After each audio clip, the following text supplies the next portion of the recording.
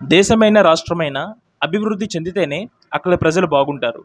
అదేవిధంగా ఒక ప్రాంతం అభివృద్ధి చెందాలంటే అక్కడ పరిపాలించే పాలకులు సమర్థులై ఉండాలి.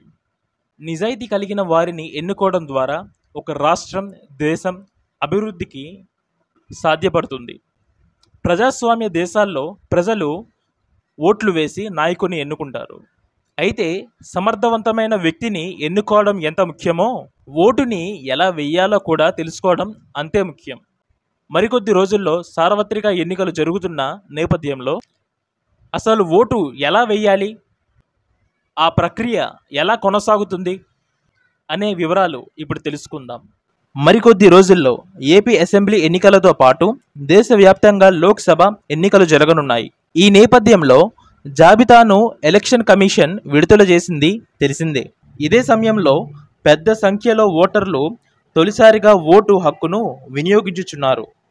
చాలామంది ఎన్నోసార్లు ఓట్లు వేసినా కూడా ఇంకా కన్ఫ్యూజ్ అవుతూనే ఉంటారు. ఈ నేపథ్యంలో ఓట్లు ఎలా వేయాలి? పోలింగ్ బూత్లోకి ఓటర్ ఎంట్రీ అవ్వగానే పోలింగ్ ప్రాసెస్ తెలుసుకోవడం ఎంతో ప్రధానం. ప్రతి గ్రామానికి తమ సమీపంలోనే పోలింగ్ బూత్ను ఏర్పాటు చేయడం జరుగుతుంది. ఆ పోలింగ్ సెంటర్ పరిధిలో ఉన్న ఓటర్లు అక్కడే ఓటుని వినియోగించుకోవాల్సి ఉంటుంది. అయితే అంతకంటే ముందు ఓటర్ తన ఓటు ఏ పోలింగ్ బూత్ పరిధిలో ఉందో నిర్ధారించుకోవాల్సి ఉంటుంది. దీనికోసం అధికారులు ఇచ్చే ఓటర్ స్లిప్పును పరిశీలించాల్సి ఉంటుంది. అందులో ఏ పోలింగ్ బూత్ పరిధిలో ఓటర్ ఉందో అనే వివరాలని మీకు తెలియజేస్తారు. ఇక ఆ స్లిప్తో పాటు కేంద్ర ఎన్నికల సంఘం జారీ చేసిన ఓటర్ గుర్తింపు కార్డుని తీసుకొని పోలింగ్ కేంద్రానికి వెళ్ళాల్సి ఉంటుంది. అక్కడ పోలింగ్ కేంద్రంలోకి వెళ్ళిన తరువాత మనం ఓటు వేసే విధానం ప్రారంభమవుతుంది. పోలింగ్ కేంద్రంలో ఒక ప్రిసైడింగ్ అధికారి, ఒక సహాయక ప్రిసైడింగ్ అధికారి, ఇద్దరు ఇతర ప్రిసైడింగ్ అధికారులు ఎన్నికల నిర్వహణ బాధ్యత చేపడతారు. ప్రిసైడింగ్ అధికారి ఆ పోలింగ్ కేంద్రంలోని అన్ని బాధ్యతలను పర్యవేక్షిస్తూ ఉంటారు. ఇంకా ఓటరు పోలింగ్ బూత్లోకి రాగానే అతని ఓటరు స్లిప్పును, కార్డును మొదటి పోలింగ్ అధికారి ఓటరి జాబితాను పరిశీలిస్తారు. అనంతరం జాబితాలోని క్రమ సంఖ్యను గట్టిగా చదువుతారు. ఆ సమయంలో అక్కడే ఉన్న వివిధ పార్టీలకు చెందిన ఏజెంట్లు తమ వద్దనున్న జాబితాను చెక్ చేస్తారు. ఆ ఓటరు నిజమని పోలింగ్ ఏజెంట్ల ద్వారా మొదటి పోలింగ్ అధికారి ధృవీకరించుకుంటారు. అనంతరం తనకు అంతకుముందు ఓటు వేసి వచ్చాడా అనే ఉద్దేశంతో ఎడమ చేతి చూపుడు వేలును పరిశీలిస్తారు. అనంతరం జాబితాలో ఆ ఓటరు పేరును మార్పు చేసుకుంటారు. ఇదే సమయంలో పురుషులు, స్త్రీలు, ట్రాన్స్జెండర్లు ఎంతమంది ఓట్లు వినియోగించుకుంటున్నారో జాబితాలలో ప్రత్యేకంగా మార్క్ చేసుకుంటారు.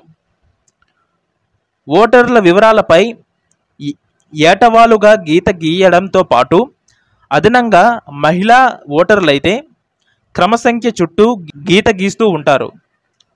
అలాగే ట్రాన్స్జెండర్ అయితే వారి క్రమసంఖ్యపై స్టార్ గుర్తు వేస్తారు. మొదటి అధికారి వద్ద తనిఖీ పూర్తి అయిన తరువాత రెండో పోలింగ్ అధికారి వద్దకు ఓటరు వెళ్తారు. అక్కడ ఓటరు ఎడమ చేతి చూపుడు వేలుపై చెరగని శిలాముద్ర వేస్తారు. అనంతరం 17A రిజిస్టర్లో ఓటర్ల వివరాలు నమోదు చేస్తారు. 17A పుస్తకంలో మొత్తం 4 కాలమ్స్ ఉంటాయి. వాటిలో ఓటర్ వివరాలు మొత్తం నమోదు చేసుకుంటారు. 3వ కాలంలో ఓటరు తీసుకొచ్చిన వివరాలతో పాటు అందులో ఉన్న చివరి 4 అంకెలను అధికారి నమోదు చేసుకుంటారు. ఇక 4వ కాలంలో ఓటరు సంతకంతో పాటు వేలిముద్ర తీసుకుంటారు.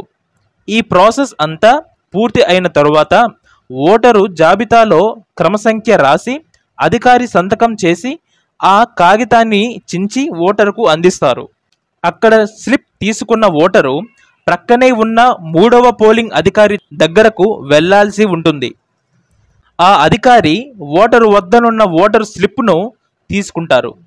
ఆ తరువాత ఈవీఎంలో భాగంగా ఏర్పాటు చేసిన కంట్రోల్ యూనిట్లో బ్యాలెట్లో క్లిక్ చేసి ఓటు వేసేందుకు అనుమతిస్తారు. అలా మూడో పోలింగ్ అధికారి సిపియుపై క్లిక్ చేసిన తరువాత ఈవీఎంలోను పొందుపరిచినటువంటి ప్రత్యేక కంపార్ట్మెంట్లోకి పంపిస్తారు. అయితే అక్కడ ఓటరు పరిశీలించాల్సిన విషయం ఏంటంటే, మూడవ ప్రిసైడింగ్ అధికారి బ్యాలెట్ ఇచ్చినప్పుడు కంట్రోల్ యూనిట్లో ఎరుపు లైటు వెలిగి ఉంటేనే అది ఓటుకి సిద్ధంగా ఉన్నట్లు ఓటరు గమనించాలి. ఇక అందులోకి వెళ్ళిన ఓటరు తనకి నచ్చిన పార్టీ గుర్తుపై ఓటు వేశాక పిప్ అని శబ్దం రావడంతో ఎరుపు లైట్ ఆగిపోతుంది. దానితో తమ ఓటు పూర్తి అయినట్లు ఓటరు భావించాలి. అనంతరం ఓటరు అక్కడున్న ఎగ్జిట్ మార్గం నుంచి బయటికి వస్తారు.